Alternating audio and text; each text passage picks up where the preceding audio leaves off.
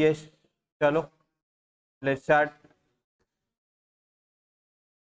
तो हमने last lecture में आपको question number 5 and question number 6 ये दोनों होमवर्क दिए थे, करेक्ट? आपने किए question number 5 and question number 6। ये लास्ट लेक्चर में मैंने आपको दोनों होमवर्क दिए थे, किए? बस चलो, तो question number 5 and question number 6 आपने दोनों सॉल्व कर लिए क्या? जल्दी बताओ। और अगर नहीं किए हैं तो फिर आज कर लेना है आपको, आज मतलब घर पे कर लेना है। क्वेश्चन नंबर 5 एंड 6 हमने ऑलरेडी डिस्कस कर लिए थे, सिर्फ लिखना बाकी था। मैंने इनका क्वेश्चंस आपको ऑलरेडी भेज दिए थे, तो आपको ये सॉल्व कर लेना था। इनमें कोई डाउट हो तो पूछ लो। फिफ्थ का fifth, checks deposited into bank on February 22 but yet to be credited on dated 31st March 22 rupees 56,000। Simple है, चेक आपने डिपॉजिट कर दिए लेकिन अभी तक बैंक ने क्रेडिट नहीं किए। अब जाना कहाँ से कहाँ है? पासबुक से कैश बुक करना चाहिए था ऐड, लेकिन ओवरड्राफ्ट का इसलिए लेस आना दो। But yet to be credited, तो कौन क्रेडिट करेगा? चेक डिपॉजिट किए हुए बैंक। पासबुक में क्रेडिट होंगे ना,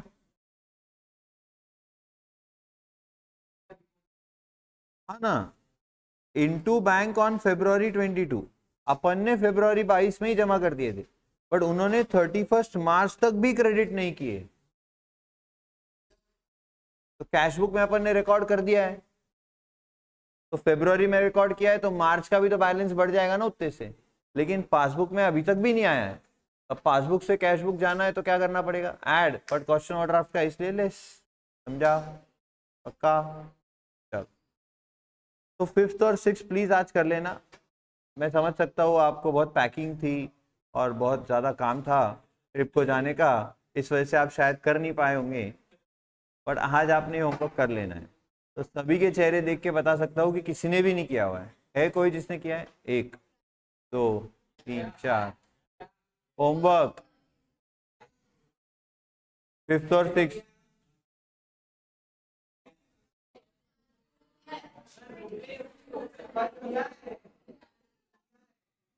बहुत बढ़िया, चलो ठीक है, मैं आगे बढ़ रहा हूँ। कुछ एग्जाम के क्वेश्चन देखने हमें, और इसको आज हम खत्म कर रहे हैं। कल से हम एक नया चैप्टर स्टार्ट करने वाले हैं।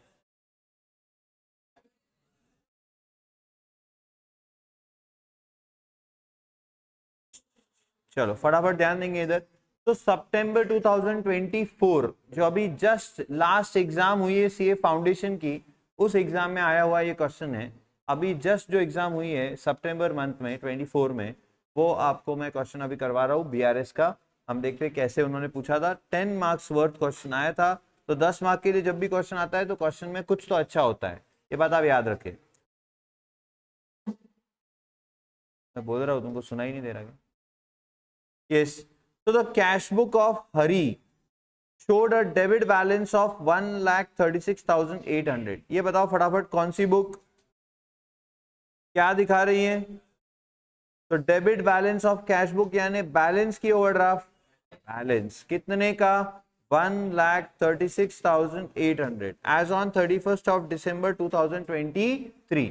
31 दिसंबर 2023 को बैलेंस दिखा रही है cash book, which was in disagreement with balance as per passbook. Passbook के साथ ये बैलेंस मैच नहीं हो रहा है।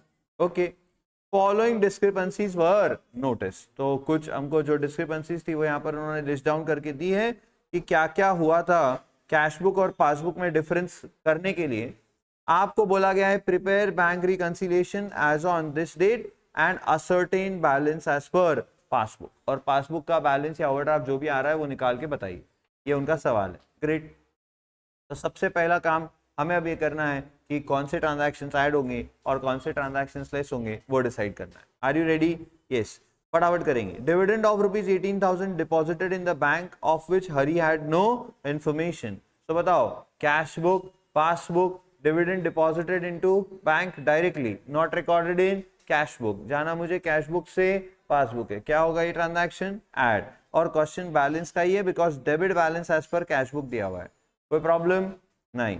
Next, cheque was issued to Suresh of ₹14,780 on 18th of December 23, which was recorded in the cash book as 14,870। तो 780 को 870 कर दिया था, ये गलती करी हमने। ध्यान से, हमने चेक किसको दिया था? सुरेश को। चेक क्या है? इशूड। तो कितने का चेक था? 14,780। लेकिन कैश बुक में रिकॉर्ड करते हुए कितना रिकॉर्ड हो गया? 14,870। यानी बोलो ज्यादा रिकॉर्ड हो गया कि कम? ज्यादा रिकॉर्ड हो गया कि कम? सर ज्यादा रिकॉर्ड हो गया। करना था कितना? 14,780। ए भगवान कहाँ है तू? हाँ, यूज। अभी सुबह ही मैं अनाया को यही करवा रहा था, सेकेंड स्टैंडर्ड। बताइए विच नंबर इज ग्रेटर?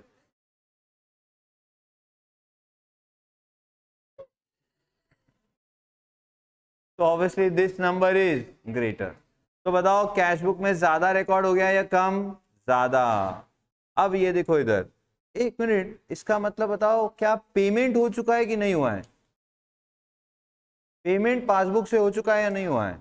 हो गया है। तो कैश बुक पासबुक।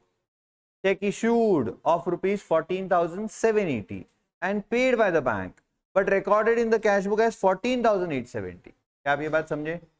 तो ऑब्वियसली आपका कैश बुक थोड़ा ज्यादा नीचे चले गया और पासबुक आपका यहां तक ही नीचे गया। ये सही हुआ है, ये गलत हुआ है।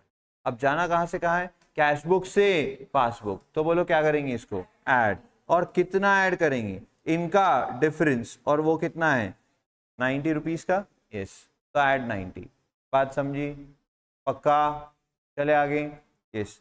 Next, checks totaling ₹55,000 were deposited into bank on 30 December 23, which were not cleared until 31st December 23। तो हमने कुछ चेक्स डिपॉजिट किए थे बैंक में, लेकिन वो इस तारीख को भरे गए थे, इस तारीख तक क्लियर नहीं हुए। फटाफट बताओ। Cash book passbook. Cheques deposited into bank मतलब immediately recorded in the cash book but not yet collected by the bank till 31st of December।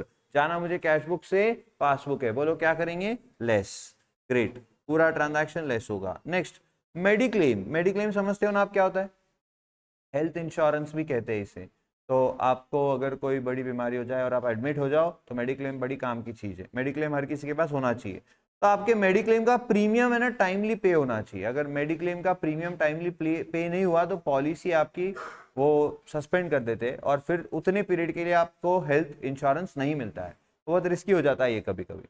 ऐसे कुछ केसेस हुए हैं जो हमने देखे हैं कि रात को 12 बजे उनका मेडिक्लेम खत्म हुआ और वो पेशेंट को कुछ अटैक वगैरह आया या कुछ उसको प्रॉब्लम हुआ और 12:11 पे वो पेशेंट एडमिट हुआ है। हॉस्पिटल के सीसीटीवी कैमरा में देखा गया है कि वो 12:11 पे आया, उसको मेडिक्लेम नहीं मिला। तो जनरली क्या किया जाता है? मेडिक्लेम का जो प्रीमियम होता है वो लगभग 1 महीने पहले ही भर देते हैं लोग, या 10 दिन पहले ही भर देते हैं, ताकि ऐसा प्रॉब्लम ना आए। ऐसे प्रॉब्लम में फिर आपको क्लेम नहीं मिलेगा। भले आपने 15 साल पॉलिसी का प्रीमियम भरा बट सिर्फ 11 मिनट के लिए आपका पॉलिसी जो था वो बंद हो गया था क्योंकि आपने प्रीमियम रिन्यूअल का नहीं भरा, तो आपको क्लेम नहीं दिया जाता है। तो बड़ा रिस्की होता है। तो इसीलिए प्रीमियम टाइमली भरते रहना जरूरी। तो हमने भी हमारे बैंक को इंस्ट्रक्शन दे रखा था कि क्या करना, एज पर स्टैंडिंग इंस्ट्रक्शन आप 14,160 का हमारा मेडिक्लेम प्रीमियम भरते रहना। हाँ, लेकिन हमें ये पता नहीं चला तो हमने कैश बुक में रिकॉर्ड नहीं किया है, बट बैंक ने एज पर आवर ऑर्डर पे कर दिया है। So cash book passbook, mediclaim premium paid by the bank not recorded in the cash book. Cash book से जाना है पासबुक। बोलो क्या होगा ये? Less. Next, goods amounting 1,60,000 were sold to Ajay in November 23। किसको बेचे थे? अजय को। कब? नवंबर में। He deposited check on 15 December 23 after deducted 4% cash discount। This entry was missed while preparing cash book। Okay, great. Please pay attention। बताओ अजय को कितने का गुड्स सेल किया गया था?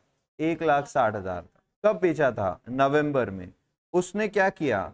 Sir, he deposited check on 15 December 23 उसने हमारे बैंक अकाउंट में सीधे चेक डिपॉजिट कर दिया 15 दिसंबर 2023 को। अभी हम 31 दिसंबर 2023 का बीआरएस बना रहे हैं, तो उसके पहले उसने चेक बैंक में डिपॉजिट कर दिया हमारे 15 तारीख को, पर 4% का कैश डिस्काउंट लेस करके उसने चेक डिपॉजिट किया था। तो पहले बता दो इसका 4% कितना हो जाएगा, 6400, यानी 1,53,600 का चेक उसने डिपॉजिट कर दिया। तो हमारे पासबुक में इतने पैसे आ जाएंगे, यानी बैंक में इतने पैसे आ जाएंगे।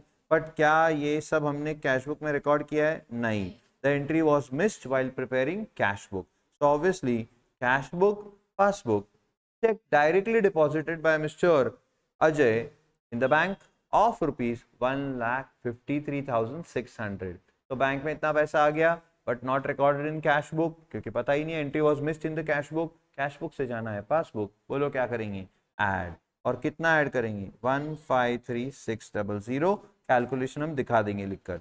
Bank charges for issue of chequebook 150 was skipped while preparing cash book. कुछ चार्जेस लगाए थे कैश बुक के, तो पासबुक में से बैलेंस कट जाएगा, कैश बुक में रिकॉर्ड नहीं हुआ है, cash book to passbook less करेंगे। Next, Hari received a UPI of ₹1000। UPI तो समझते ही हो आप, यूपीआई का ही तो जमाना चल रहा है अभी, ठीक है ना? हाँ, तो सर यूपीआई से यानी ऑनलाइन, बेसिकली फोन पे, गूगल पे, ये सब यूपीआई पे ही काम करते हैं। तो Hari received a UPI of 1000 on 29 December for sale of scrap which was not entered in the cash book. तो कैश बुक, और देखो यूपीआई लिखा है मतलब पेमेंट बैंक में आएगा। यूपीआई का पेमेंट कैश में नहीं आता है, वो बैंक में ही आएगा। तो फोन पे का क्यूआर कोड या गूगल पे का क्यूआर कोड स्कैन करके आप पेमेंट करते हो, तो वो यूपीआई आईडी जिस भी बैंक अकाउंट से लिंक्ड है, उस बैंक अकाउंट में सीधे पैसे चल जाएंगे। तो पैसे बैंक में आए हैं, इससे सिर्फ समझ में आना है, कहीं लिखा नहीं है कि पैसे बैंक में आए हैं, बराबर है? ये यूपीआई से आपको समझना है कि पैसा बैंक में आया है। तो cash book, passbook, passbook, cash book to passbook add. क्या करेंगे? 1000 रुपए add. Cheques amounting ₹1,80,000 issued during the month, but checks of ₹144 were only presented during the month for payment। Cash book, passbook, 1,80,000 के checks आपने issue किए थे, but उसमें से सिर्फ 1,44,000 के चेक्स क्या हुए? प्रेजेंट हुए पेमेंट के लिए, और वो पे भी कर दिए गए हैं, करेक्ट। बाकी के 36,000 के चेक्स अभी भी बचे हुए हैं, जाना हमें कैश बुक से पासबुक है, बोलो क्या करेंगे? Add 36,000। Prepare bank reconciliation statement as on 31st December and ascertain balance as per cash book। Great। तो बस अब इसका बीआरएस बनाना है। मैं आपसे कुछ बातें पूछना चाहता हूँ, बताओ यहाँ पे एसीबी प्लस बीआरएस करे या सिर्फ बीआरएस करे? सर देखो, एक तो 31 मार्च का क्वेश्चन नहीं है, तो मतलब बुक्स क्लोज हो नहीं रहे, उन्होंने भी कुछ कहा नहीं है कि बुक्स क्लोज हो रहे या नहीं हो रहे। इसका मतलब पूरी पूरी आज़ादी है कि हाँ हम बीआरएस डायरेक्टली बना सकते हैं, बराबर? क्या आप प्रैक्टिस के लिए एसीबी प्लस बीआरएस करना चाहते हो? क्या आपको जमता है? हाँ, सिर्फ इतना तो कर ही सकते हो कि मुझे एसीबी के आइटम्स कौन से वो बता दो, बस। फिर हम नॉर्मल बीआरएस बना के आगे चल जाएंगे। ओके, फटाफट बताओ। ये डिविडेंड बैंक में आया है लेकिन हमने रिकॉर्ड नहीं किया है। हाँ, चेक इशू टू सुरेश, पर ये कैश बुक में ज्यादा रिकॉर्ड हो गया था, तो क्या ये भी एसीबी में एडजस्ट करेंगे? हाँ। Cheques deposited but not cleared, ये टाइमिंग डिफरेंस है, ये एसीबी का आइटम नहीं है। Mediclaim, yes sir, goods amounting 160 sold to Ajay, पर ये कैश बुक में रिकॉर्ड नहीं हुआ था, will go into ACB. Yes. Bank charges for issue of cheque, ACB, great. Hari received a UPI payment, ACB, yes. Cheques amounting 180 पर 144 only present, not a ACB item, and that's it. तो बड़ा आसान question था, 10 mark देके गया। सितंबर 2024 में जिन्होंने भी एग्जाम्स दिए उन्हें 10 मार्क ये क्वेश्चन देके गया था। एसीबी बनाने की जरूरत नहीं थी, फटाफट बीआरएस बना देंगे, स्टार्ट करें। आप क्या करोगे? नोटबुक में लिख दोगे सितंबर 2024 क्वेश्चन पेपर।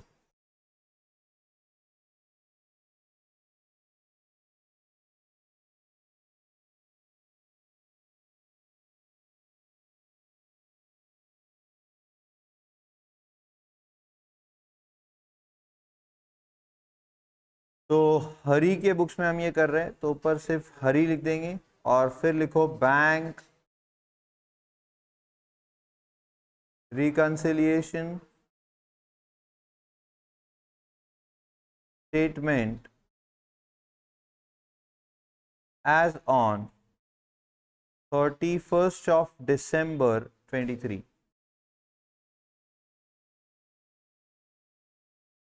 ये आ गया फॉर्मेट।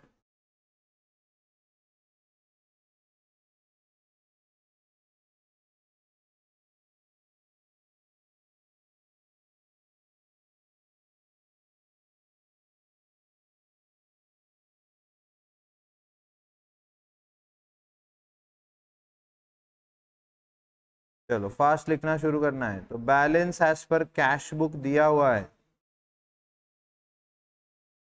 1,36,800। कुछ चीजें होगी ऐड, कुछ चीजें होगी लेस। ऑलरेडी डिसाइडेड है, बस लिखने का काम बाकी है। वैसे लिखने के लिए घर पे देना था मुझे ये क्वेश्चन आपको, पर ऑलरेडी पिछले 2 क्वेश्चन आपने अभी तक लिखे नहीं है, तो इसलिए मैं फिर यहाँ लिखा दे रहा हूँ। तो एटलीस्ट वो 2 आप आज कर लोगे, यानी मॉड्यूल के सारे क्वेश्चन हो जाएंगे और एग्जाम के क्वेश्चन अब हम कर रहे हैं। ऐड शुरू करें।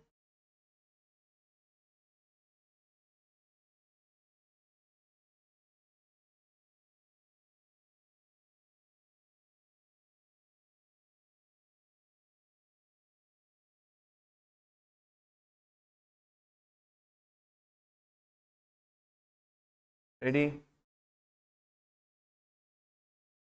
ओके, ये देखो ऐड का first item, dividend of 18,000 not recorded in cash book.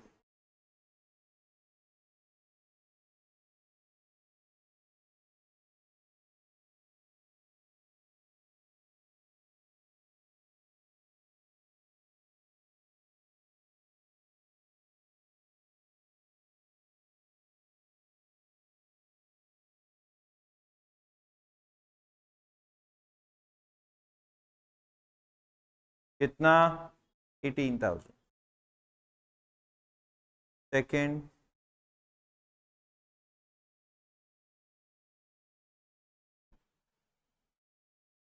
check issued but amount wrongly recorded in the cash book। check issued Suresh but amount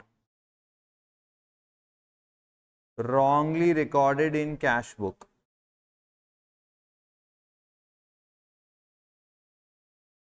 14,870 record कर दिया गया है, करना चाहिए था 14,780। तो 90 रुपीज ऐड हो जाएगा। थर्ड, चलो आगे। Done done. और ऐड के आइटम्स, हाँ तो check deposited into bank but not recorded in cash book। check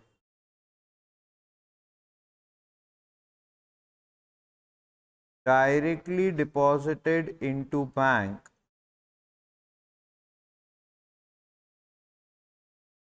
by customer but not recorded in the cash book। तो 1,60,000 का चेक था, लेकिन सॉरी 1,60,000 का सेल था, बट 4% का कैश डिस्काउंट के बाद वो चेक डिपॉजिट किया गया है। इसमें से आप कैलसी पे डायरेक्ट ढूंढ सकते हो, आपको पता है ना। कैलसी पे 1,60,000 टाइप करो, लेस की साइन दबाओ, 4 और परसेंट दबा दो, तो सीधा 4% लेस होके आ जाएगा। तो आपको 4% ढूंढना, फिर वो अलग से लेस करने की जरूरत नहीं है, कैलसी पे डायरेक्ट हो सकता है। तो 1,60,000 लेस दबाओ, 4 दबाओ और परसेंटेज दबा दो, तो 1,60,000 में से सीधा 4% लेस होके आपको दिखेगा 153,600। ये समझा ना आपको? किसी भी अमाउंट का परसेंटेज निकालना है और वो एडलेस करना है। एक मिनट ध्यान देना, मैं आपको कुछ एक बात सिखा दे रहा हूँ, ये कुछ बच्चों को पता नहीं है, ऐसा मुझे यहाँ से लगा, तो ये देख लो एक बार। सपोज 1 लाख में से मुझे 10% लेस करना है, ध्यान देना एक मिनट, या चलो 12.5% लेस करना है, ठीक है। तो मैं ऑब्वियसली कैलसी यूज करूंगा। अब टाइप करो आप 1 लाख। अब इसमें से 12.5% लेस करके जो आता है ना, मुझे उसी अमाउंट की जरूरत है। मुझे 12.5% कितना होता है उसकी जरूरत नहीं है।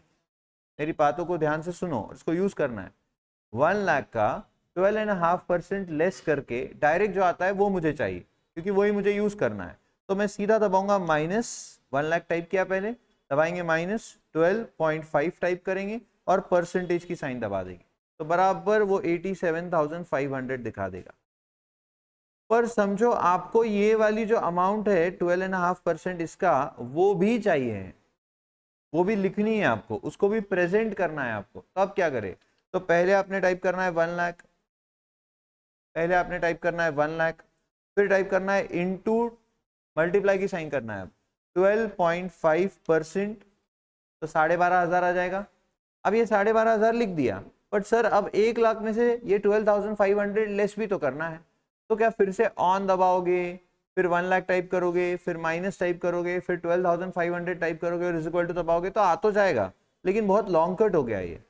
अभी मैंने 1 लाख इंटू 12.5% टाइप किया था, 12,500 अभी स्क्रीन पे दिख रहा है। सिर्फ दबाओ माइनस की साइन और इज इक्वल टू दबा दो, तो वो माइनस करके भी आपको दिखा देगा। और अगर प्लस करना है तो दबाओ प्लस की साइन और वो आपको प्लस करके भी दिखा देगा। मैंने क्या कहा आपको समझ में आया? एक बार आप ट्राई कर लो।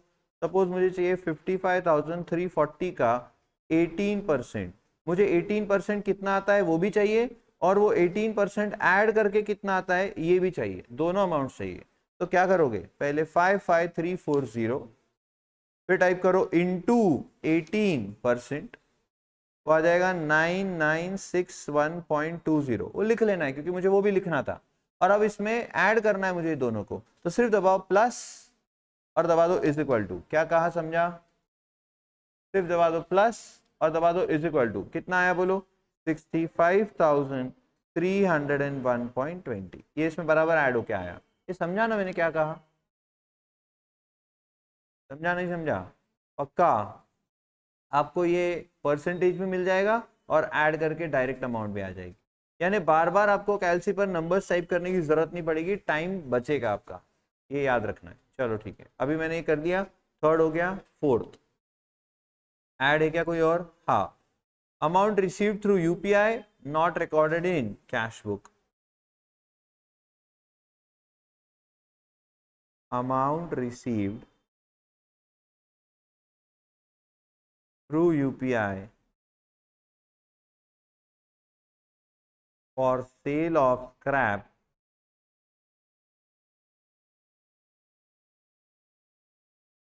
not recorded in cash book.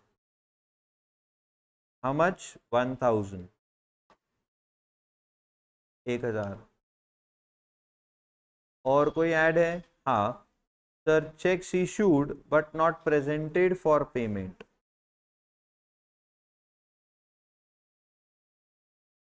Checks issued but not presented for payment. तो ऑब्वियसली चेक तो 1,60,000 के इशू हुए थे, लेकिन उसमें से 1,44,000 के प्रेजेंट हो गए थे, तो बाकी बचे 36,000 के प्रेजेंट नहीं हुए थे, तो उसे अभी हम ऐड कर रहे हैं। अब लीजिए इन सब की टोटल, 18,000 प्लस 90 प्लस 153,600 प्लस 37,000, तो ये आ रहा है 2,08,690। और इसमें ऐड कर दो 136,800, तो ये आ जाएगा 3,45,490। अब आ जाएंगे लेस के आइटम्स। चलो फास्ट, लेस का फर्स्ट आइटम चेक करूं। प्लीज कैलकुलेटर यूज करें आप लोग भी। कैलकुलेटर पे आपकी स्पीड बढ़ाना है तो कैलसी यूज करे, यहां से देख के ना लिखे। लेस बताओ, लेस के आइटम्स। पहला less, checks deposited into bank not yet cleared 55,000।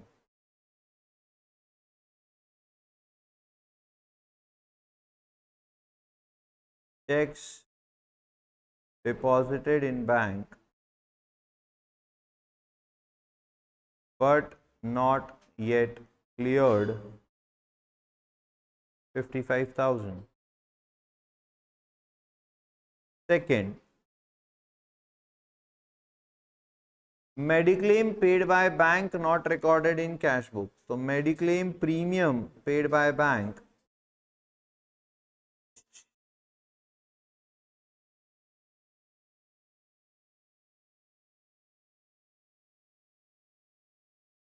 not recorded in cash book,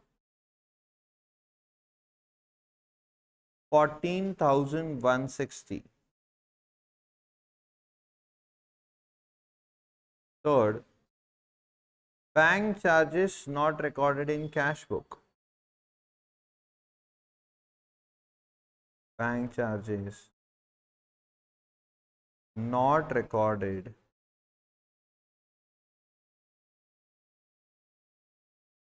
in cash book. कितना है bank charges not record in cash book? 150.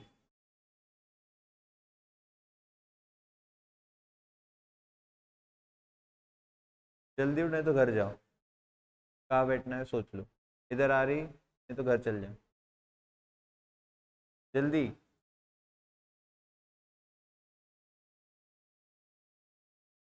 Bank charges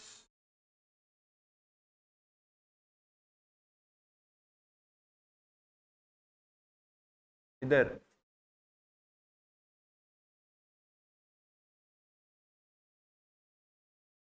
हाँ, bank charges not recorded in cash book कितना? 150. और है क्या less के items? Check कर रहा हूँ.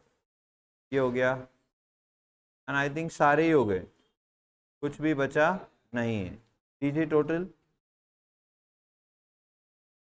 तो 55,000, 14,160 and 150, 69,310.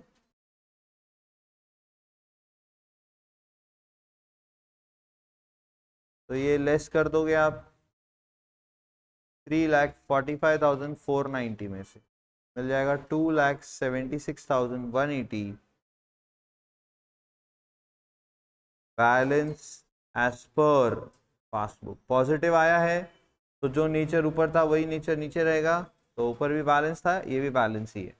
तो balance as per passbook 2,76,180. That's it.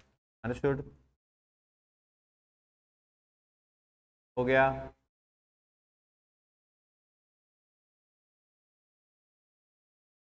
रुकू, जल्दी करो.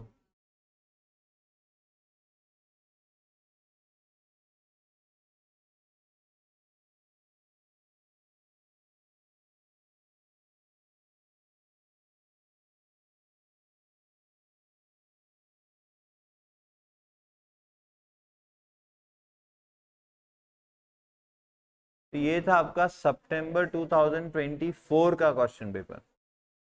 10 मार्क के लिए क्वेश्चन पूछा गया था. अगर आपने ऐसे ही उसका आंसर प्रेजेंट किया तो आपको 10 मार्क्स पूरे मिल जाएंगे. डन. तो फिर बातें कम करनी ना थोड़ी. तुम एक जैसे बड़बड़ करते रहते हो और फिर लिखते नहीं हो. मैं नहीं रुकने वाला. Come to question number next. June 2024. तो ये हमने ऑलरेडी आपसे सॉल्व करवा लिया था. बट आप देखो अब इसमें डेट क्या थी? 31 मार्च 24. तो क्या इसमें books at the end of year close हो रही है? हाँ, मतलब यहाँ ACB प्लस BRS. पर ये क्वेश्चन हमने जब सॉल्व किया था तब हमने ACB सीखा हुआ नहीं था. अब हम ACB बनाना जानते हैं. तो ये question ACB plus BRS. But मैं आपको एक बात बता रहा हूँ, एग्जाम में आया हुआ क्वेश्चन है. तो सॉल्यूशन भी अवेलेबल है वेबसाइट पर ICI के. तो वहां अगर आप जाके चेक करोगे तो आपको दिखेगा कि इसका उन्होंने सिर्फ BRS बनाया है, ACB बनाया नहीं है. तो आप भी ऐसा कर सकते हो कि सिर्फ BRS बना दो, नीचे नोट लिख दो, नीचे नोट लिख दो. अब ये क्वेश्चन जो आया था वैसे तो ये आया था 5 मार्क के लिए, इसीलिए यहाँ पर ACB प्लस BRS रिकमेंडेड नहीं है. तो आपने भी स्किप किया तो चलेगा. मैंने बोला आपको, देखो मैंने आपको बहुत अच्छी से समझाया है कि कब ACB करना है. अगर ये क्वेश्चन 10 मार्क के लिए होता और आप सिर्फ BRS बना के आ गए फिर वो आपको मार्क्स नहीं देंगे. तो आप पहले समझ लो कि कब क्या करना है आपको. बनाना सब आप आना चाहिए. सब कुछ डिस्कशन हमारा हो चुका है, हम खत्म कर रहे हैं आज BRS. कल नया चैप्टर शुरू कर देंगे विच माइट बी डेप्रिसिएशन और इन्वेंट्रीज, दोनों में से कोई भी एक हम शुरू करेंगे कल फ्रेश, वो कल देखेंगे। तो अगर 5 मार्क के लिए क्वेश्चन है तो फॉर श्योर आपको सिर्फ बीआरएस बनाना जाना है, भले ही वो 31 मार्च का क्वेश्चन क्यों ना हो, पर क्या बनाना है, सिर्फ बीआरएस। अगर यही क्वेश्चन 5 की जगह 10 मार्क का आ जाए तो पहले क्या करोगे, एसीबी, फिर क्या बनाओगे, बीआरएस। बट सर अगर ये 10 मार्क के लिए है और 31 दिसंबर का है या 30 सितंबर का है, अब क्या करोगे, अब तो कंपलसरी ओनली बीआरएस, क्योंकि ईयर एंड का नहीं दिया है, समझ गए। तो ये प्लीज आप कैटेगरीज ध्यान में रखें। तो ये क्वेश्चन हम ऑलरेडी ओनली बीआरएस के लिए तो सॉल्व कर चुके हैं, मैं आपको प्रैक्टिस पॉइंट ऑफ व्यू से इसको एसीबी प्लस बीआरएस करना चाहता। आप एसीबी में कॉन्फिडेंट हो, आप इसमें बस कैसा है कि स्टार्टिंग ओवरड्राफ्ट है, तो इसलिए एसीबी में बनवाना चाहता हूँ आपसे कि प्रैक्टिस हो जाएगी। तो फटाफट करेंगे एकदम, लेकिन हम फास्ट। चलो, from the following particulars prepare BRS of businessman as on 31 March 2024। ये जून 2024 के पेपर में आया था। Bank overdraft as per cash book 24,000, cheque deposited as per bank statement but not recorded in cash book. अब मेरी बात सुनना, मैं पहले थोड़ा डिस्कशन कर लूँ। मुझे क्या करना है, तो एसीबी बनानी है एंड फिर क्या करना है, बीआरएस करना है। तो मैं अब जो एडलेस डिसाइड करने वाला हूं वो इधर स्टार्टिंग पॉइंट दिया है overdraft as per cash book, उसके हिसाब से करूंगा क्या, नहीं। तो मैंने स्टेप्स आपको ऑलरेडी लिखवाए हैं। एसीबी जब भी आप बना रहे हो तो आपको एडलेस किसके हिसाब से डिसाइड करने हैं, एडलेस आपको डिसाइड करने हैं balance as per cash book के हिसाब से, करेक्ट है। हाँ, तो चलो ये सारे balance as per cash book को दिमाग में रख के आपको एडलेस डिसाइड करना है, एकदम फास्ट करेंगे।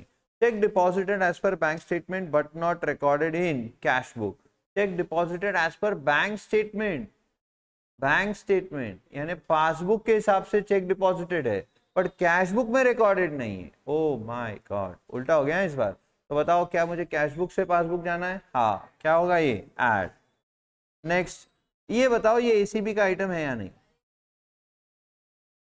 यस सर, ये एसीबी का आइटम है, ये एसीबी का आइटम है। हाँ, अब बच्चे बोल रहे हैं सर ऐड बट लेस का किया ही नहीं। अरे बाबा, एसीबी के शॉर्टकट के लिए एसीबी प्लस आएगा तो डेबिट में लिखना और माइनस आएगा तो क्रेडिट में लिखना, वो करना है। इसलिए हम बैलेंस से ही ये क्वेश्चन का एडलेस डिसाइड करेंगे कैश बुक के। हाँ, मुझे भी मालूम है ओवरड्राफ्ट दिया हुआ है, तो जब मैं एसीबी बनाना शुरू करूंगा उसमें ये ओवरड्राफ्ट क्रेडिट साइड में ब्रॉट डाउन होगा, ये याद है, ऐसा एक क्वेश्चन सॉल्व किया है ऑलरेडी हमने, करेक्ट। चलो फटाफट डिस्कस करेंगे। Cash received from EXC was entered in bank column of cash book.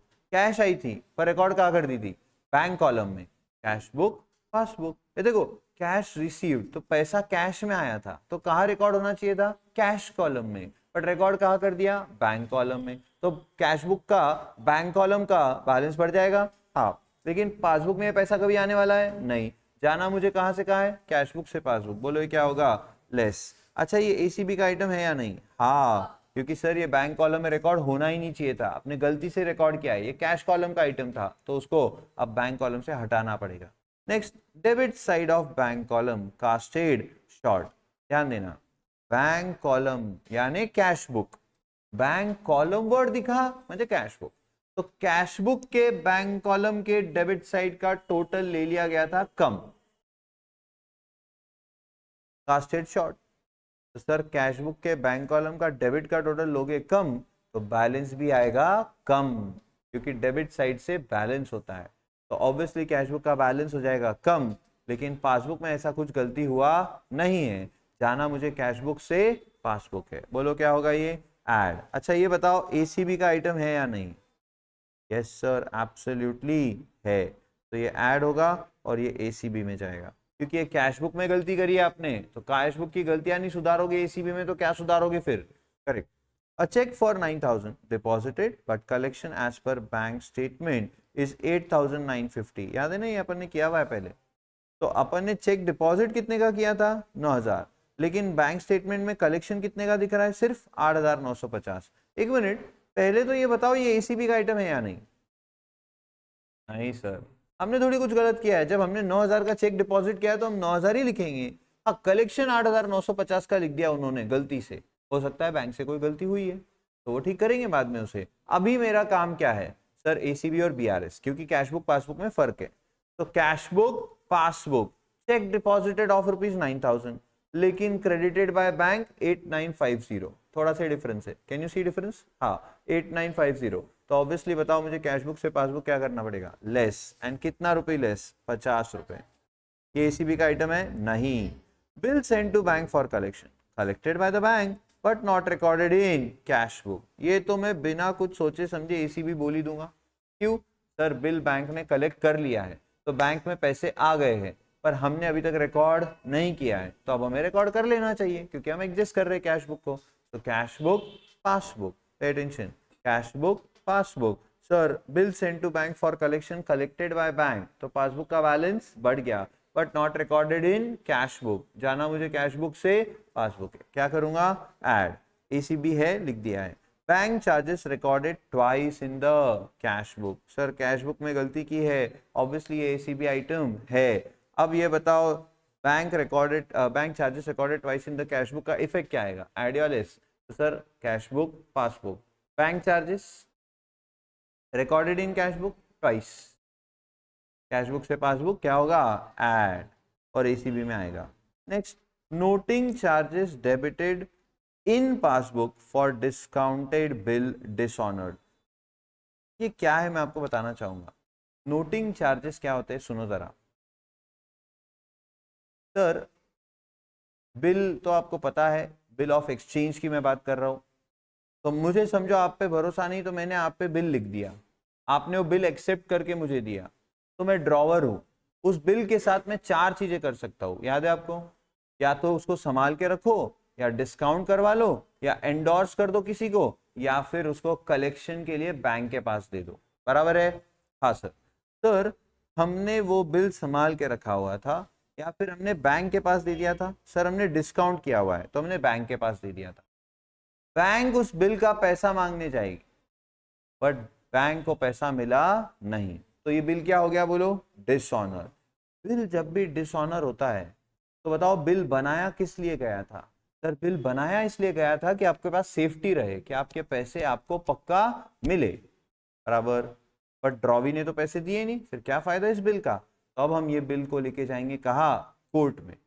पर कोर्ट बिल को ऐसे ही एक्सेप्ट नहीं करता, क्योंकि ऐसे तो फिर क्या होगा, जैसे मैंने आप पे बिल लिखा, आपने एक्सेप्ट करके दिया, कल ड्यू डेट है, आप मुझे ईमानदारी से पैसे देने वाले हो, आपने पूरे पैसे इकट्ठा कर रखे, आप बड़े ईमानदार इंसान हो, पर मुझे आपको परेशान करना है, मुझे बड़ा मजा आता है आपको तकलीफ देने में, ठीक है ना? मैं आपके पास पैसे ही मांगने नहीं आया, कल मैं पैसे मांगने ही नहीं आया, और मैंने क्या किया, परसों जाके कोर्ट में केस फाइल कर दिया आपके खिलाफ कि बस मुझे इनको तकलीफ पहुंचानी है, इनके खिलाफ केस फाइल करना है, ऐसा बोलना है कोर्ट में जाके कि देखो ये इंसान ने मेरे पैसे नहीं दिए, ताकि इसकी क्रेडिट खराब हो। समझ रहे हो? क्रेडिट खराब होना, इज्जत खराब करनी है आपकी, ताकि मेरा बिजनेस बढ़े, ऐसा मेरा कुछ है प्लानिंग। तो मैं सीधा बिल लेके पहुंच गया कहाँ? कोर्ट में, और आपके खिलाफ केस डाल दिया कि देखो देखो ये मेरे पैसे नहीं दे रहा है, इन्होंने मेरा बिल डिसऑनर कर दिया। जज साहब आपको बुलाएंगे, आप आओगे, जज साहब को बोलोगे सर ये लो पैसे आप ही दे दो आपके हाथ से, हमसे तो मांगने आए नहीं, शायद आपसे ले ले। जज बोलेगा अरे यार ये ऐसे कैसे हो रहा है, मतलब आप पैसे देने को तैयार थे, फिर भी ये केस फाइल करने आए और हमारा टाइम वेस्ट कर रहे हैं। बताओ, मुझे तो डांटेंगे ही, लेकिन इसके लिए कुछ तो प्रोटेक्शन चाहिए ना फिर, कि हर कोई ऐसा डायरेक्ट कोर्ट में ना आ सके। इसलिए क्या किया है कोर्ट ने? नोटरी पब्लिक ऑफिसर्स अपॉइंट करके रखे। उनका काम क्या है? वो कोर्ट नहीं होते हैं, वो ऐसे ही कोई उनके गली मोहल्ले में ऑफिस होते हैं छोटे से, बट वो रजिस्टर्ड होते हैं बाय द जुडिशियल अथॉरिटीज। अब उनके पास पहले आपको जाना है और उनको कहना है कि देखो ये बिल डिसऑनर हो गया है, इसका नोटिंग करके दो। क्या करके दो? नोटिंग करके दो, और एक प्रोटेस्ट बना के दो।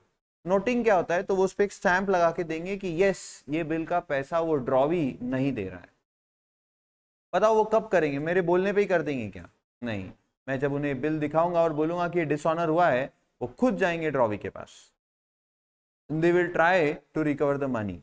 ड्रॉवी को कहेंगे I am a notary public, notary public बोलते हैं उस ऑफिसर को, मैं नोटरी पब्लिक हूँ appointed by the court, if you don't pay the money मैं इसको प्रोटेस्ट बना के दे दूंगा ड्रॉवर को, और वो आपके खिलाफ फिर केस फाइल कर सकता है। फिर कोर्ट उसका केस पक्का एक्सेप्ट करेगी और फिर आपको डांट लगाई जाएगी। अगर आप वहां पैसे लेके भी गए तो भी आपको डांट लगाई जाएगी, यानी आपको पनिश किया जाएगा, क्योंकि आपने हमें पैसे भी नहीं दिए, नोटरी पब्लिक को भी। समझ गए?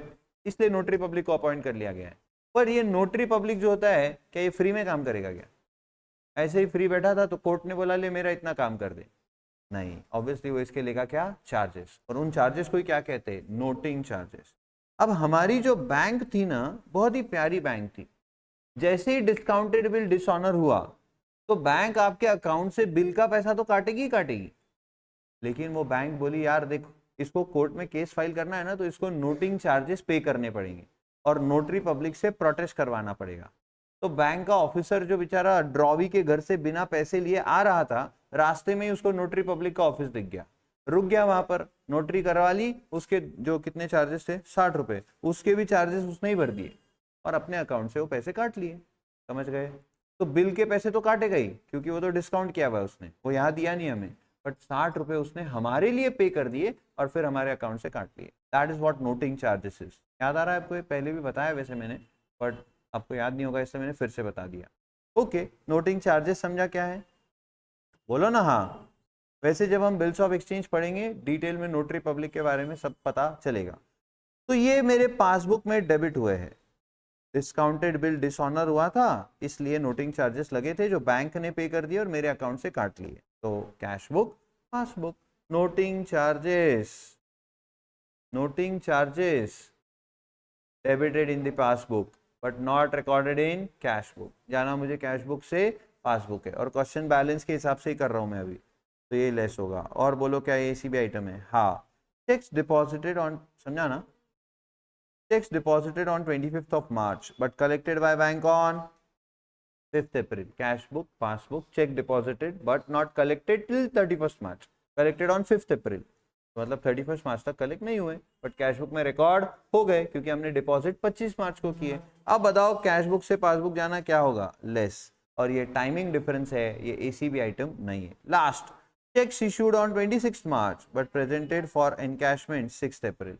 तो ये ऑब्वियसली ऐड होगा, बट फिर भी cash book, passbook, cheque issued not paid, जाना कैश बुक से पासबुक है, क्या होगा बोलो? ऐड। ये भी एसीबी आइटम नहीं है, एंड दैट्स इट। वैसे तो क्वेश्चन एग्जाम में आपको सिर्फ बीआरएस बना के करना था, बट हम एसीबी कर रहे हैं। तो 6 आइटम्स मुझे एसीबी के मिले हैं, फटाफट लिखेंगे। जून 24,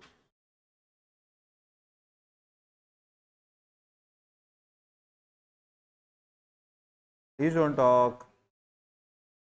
पार्टीज नेम नहीं दिया है, डायरेक्ट लिख देंगे एग्जिस्टेड। अच्छा एक काम करो, रुको, आपने जून 2024 क्वेश्चन पेपर लिख दिया, नीचे लिखो since on 31st of March 2024 the books of accounts will be closed and hence first existed cash book is prepared and then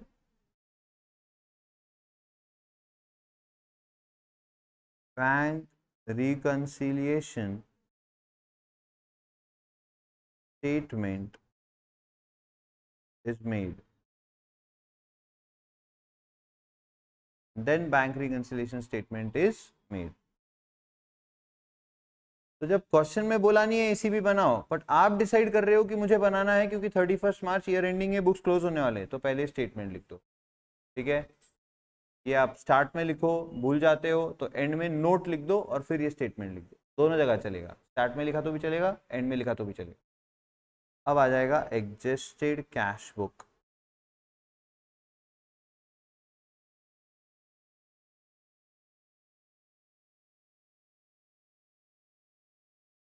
तो आप सभी ने रजिस्ट्रेशन कर दिया क्या? और किसी को रजिस्ट्रेशन कंप्लीट होने का मेल आ गया क्या? WRO नंबर आ गया क्या? WRO number. आपको बुक्स ऑर्डर करनी पड़ती हैं, बुक्स ऑटोमेटिकली नहीं आती। तो बुक्स ऑर्डर करने के लिए आपको एक लॉगिन आईडी और पासवर्ड भेजा जाता है, CDS पोर्टल ऐसे नाम से मेल आएगा आपको, CDS नाम से। तो वहाँ पे वेबसाइट है CDS का, ICAI का CDS पोर्टल है। CDS बेसिकली ये बुक्स के डिस्ट्रीब्यूशन का काम देखता है, तो वहाँ पर से आपको ऑर्डर करना पड़ता है विथ नो कॉस्ट, कोई पैसा नहीं पे करना है आपको, पैसा जो आपने रजिस्ट्रेशन के वक्त दे दिया उसी पैसे में बुक्स आएगा, बट वो आपको ऑर्डर करना पड़ता है। तो वो मेल पे आपको ध्यान रखना है, रजिस्ट्रेशन करने के बाद कंटिन्यूसली चेक करते रहो मेल क्या आ रहा है। कुछ बच्चों को एरर्स भी आए हैं, यानी उनको रिवर्ट किया है कि वापस से करेक्शन करके भेजो। करेक्शन बच्चों को ऐसे आ रहे हैं, मेरे को 2 बच्चों के मैसेज आ गए हैं, करेक्शन ऐसे आ रहे हैं कि उन्होंने सिग्नेचर वाला जो अपलोड करना है ना, तो वो क्या किया उन्होंने, सिग्नेचर बीच में किया है और फुल पेज स्कैन करके अपलोड कर दिया है। तो स्कैन आपने भले ही फुल पेज किया होगा, बट उसको आपको क्रॉप करना है। क्रॉप तो आप समझते ही हो, इंस्टाग्राम यूज़ करने वाले बच्चे हो तो क्रॉप तो आप करते ही हो। तो आपको क्रॉप करना है और वो क्रॉप्ड इमेज आपको अपलोड करनी है, फुल पेज नहीं अपलोड करना है। और जो फोटोग्राफ आप आपका अपलोड कर रहे हो वो भी क्रॉप्ड इमेज होना।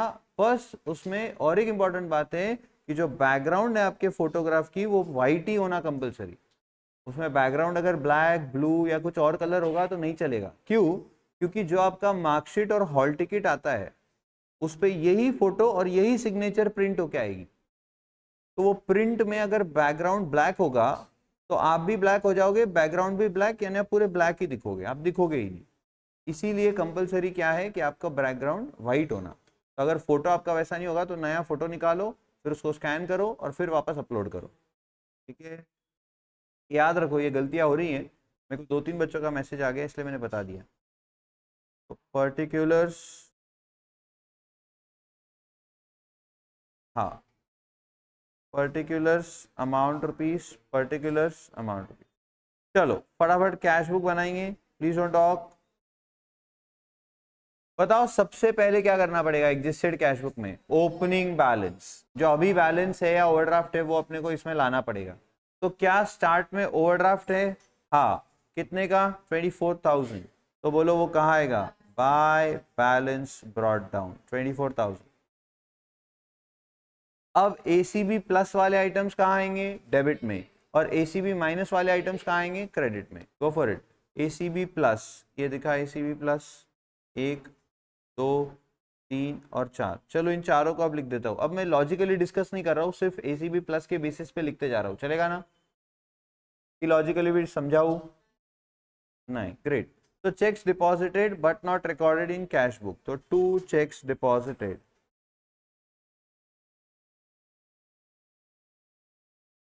How much? 4,000। Next, debit side of bank column casted short 1,000. So 2 under casting of debit side.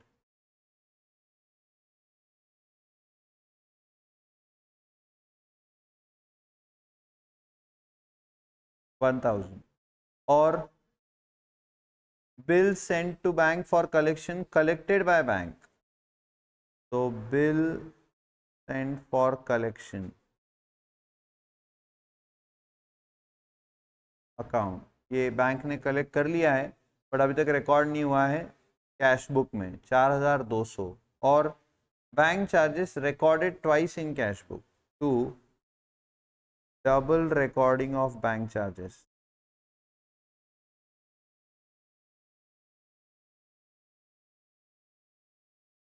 कितना? 40 रुपीज। ये आ गए सारे एसीबी प्लस। अब फटाफट देखो एसीबी माइनस और बता जाओ। एक, cash received from EXC was entered in bank column of cash book, तो मैं यहाँ लिख दूंगा बाय कैश अकाउंट, कि यहाँ से निकल और कैश कॉलम में चले जा, 3,150 रुपए। बाय कैश अकाउंट 3,150 रुपए। ये हो गया कैश जो बैंक कॉलम में रिकॉर्ड हुई थी, उसे बैंक कॉलम से निकाला और फिर से कैश कॉलम में लिख दिया। Then ACB minus noting charges जो हमने कैश बुक में रिकॉर्ड ही नहीं किए हैं, तो बाय नोटिंग चार्जेस 60 रुपीज। और कुछ है एसीबी? नहीं, सारे हो गए। हाँ, निकाले बैलेंस एग्जिस्टेड कैश बुक का। ऑब्वियसली क्रेडिट साइड टोटल ज़्यादा है,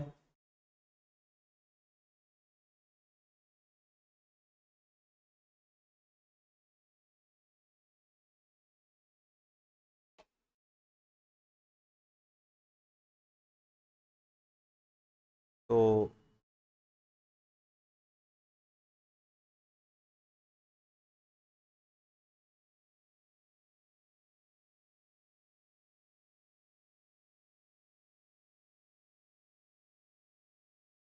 बताओ कौन सा बैलेंस आया है? क्रेडिट बैलेंस आया, कितने का? 17,970 रुपीज, 17,970 रुपए का क्रेडिट बैलेंस आया है। सर यहाँ कैरिड डाउन है तो ऑब्वियसली कहाँ ब्रॉट डाउन होगा? Credit side. तो ये क्रेडिट बैलेंस है, मतलब ओवरड्राफ्ट है कि बैलेंस है? ओवरड्राफ्ट है। यानी जब मैं अब बीआरएस बनाऊंगा तो उसका स्टार्ट किससे होगा? Overdraft as per existed cash book, बराबर है? हाँ, तो लिखिए bank reconciliation statement as on 31st March 24,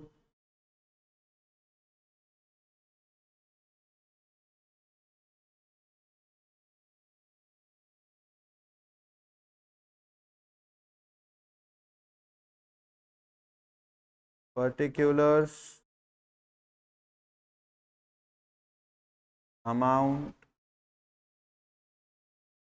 yes, तो overdraft as per existed cash book, overdraft as per existed cash book कितना? 17,970।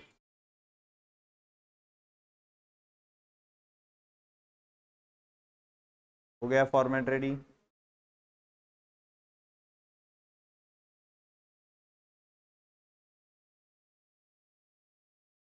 अब 1 मिनट के लिए इधर ध्यान देना है। तो एसीबी में जो आने थे वो तो आ गए एसीबी में, बट बाकी बचे आइटम्स कहाँ जाएंगे? बीआरएस में। तो सर ऐड वाले आइटम्स ऐड में और लेस वाले आइटम्स लेस में, बराबर है क्या? ये लेस है एक, ये एक और एक लेस है, और ये एक ऐड है, कर दो ऐसे? नहीं सर, ये बहुत ध्यान रखना है आपको। तो ये बताओ तीनों किसके हिसाब से थे डिसाइडेड? सर ये डिसाइडेड थे balance as per cash book के हिसाब से, और अब आ क्या गया एग्जिस्टेड कैश बुक में? ओवरड्राफ्ट आया है। तो क्या यही एडलेस यूज करके मेरे को सही मिलेगा आंसर? नहीं। तो क्या करना पड़ेगा? इन सबका रिवर्स करना पड़ेगा। ये बहुत क्रुशियल बात है, मैं ऑलरेडी आपको लिखवा भी चुका हूँ और समझा भी चुका हूँ प्रीवियस लेक्चर्स में। अगर आपको याद नहीं है तो अपने चैनल पर यूट्यूब पर ये सारे लेक्चर्स अभी भी है, तो आप ये कभी भी देख करके फिर से रिवाइज कर सकते हो, पर देखने का आपको समय निकालना पड़ेगा, तो ईमानदारी से आपको देखना पड़ेगा। अभी देख लोगे तो हो जाएगा, फिर बाद में आप सोचोगे कि कर लेंगे तो फिर देर हो जाएगी। ठीक है, ये बात याद रखिए। तो ऑब्वियस है सर ये लेस के ऐड हो जाएंगे, ऐड के लेस। बताइए, a cheque for ₹9,000 deposited but collection as per bank statement add होगा, तो लिखना है check deposited of 9,000 rupees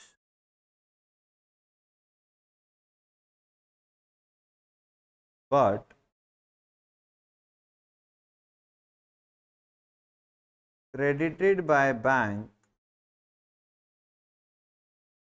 only ₹8,950, तो 50 रुपीज मुझे ऐड करना है।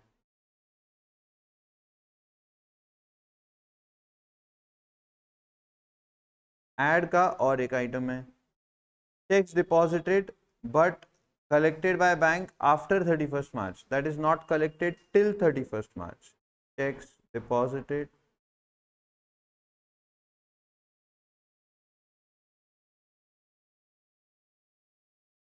but not collected by bank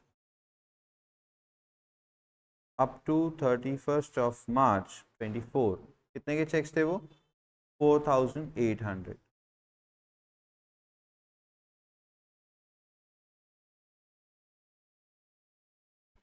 third, third है ही नहीं, दो ही थे ऐड के आइटम्स, दीजिए टोटल बाहर।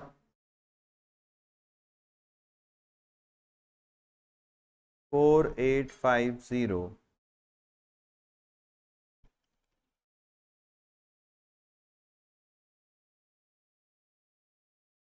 तो ये ऐड कर दो 22,820 और अब करो लेस, लेस में एक ही आइटम है, check issued but presented after 31 मार्च 3000। तो हम लिखते वक्त ऐसा लिख देंगे, check issued but not presented for payment